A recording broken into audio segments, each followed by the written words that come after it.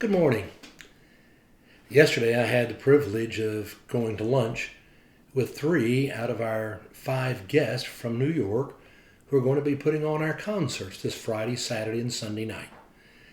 One of our guests is going to be coming in tonight, and then another one will be coming in early Friday morning so that everybody will have been able to arrange their schedules to be able to be here. And I can just tell you, they were so gracious and so warm. They are going to bring an incredible concert, and we're going to have a lot of fun. And so if you don't have your tickets right now, I encourage you to go to the website. We've had people moving tickets around different places now that we've added a matinee on Sunday. And sometimes people have to change or give a ticket up. So if you go to the website, you may find a ticket or two on Friday night. You may find a few tickets on Saturday night. But of course, then you'll find not a lot, but you'll find more chance of being able to come on Sunday. But just go check and see what might be available. It's going to be a great time. You won't want to miss. And if you're living out of state and you're somewhere else, remember you can go online to the church's website, and we will be live streaming the concert.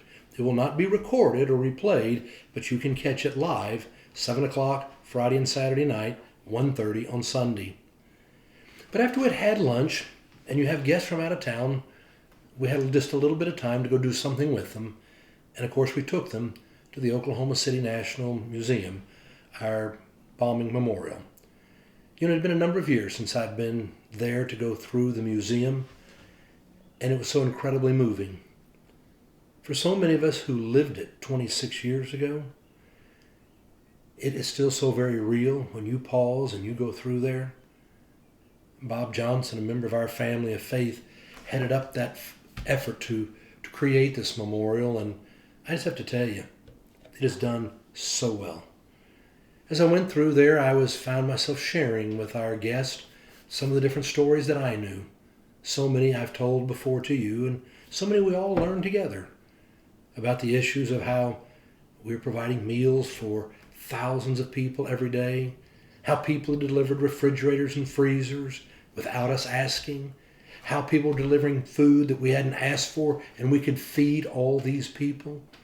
Talking about how when it was going on, cranes started showing up downtown. There was no contract. They had not agreed on any kind of a payment. They just came to do the things they knew they needed to do. As a city, we took care of all the rescue workers who came to town. We put them up in our finest hotels. We fed them the best we could.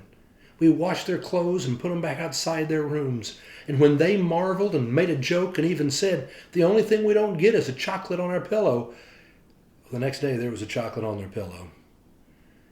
The hospitality of Oklahoma City to those who came to help was just unbelievable. And the way we took care of one another was so impressive.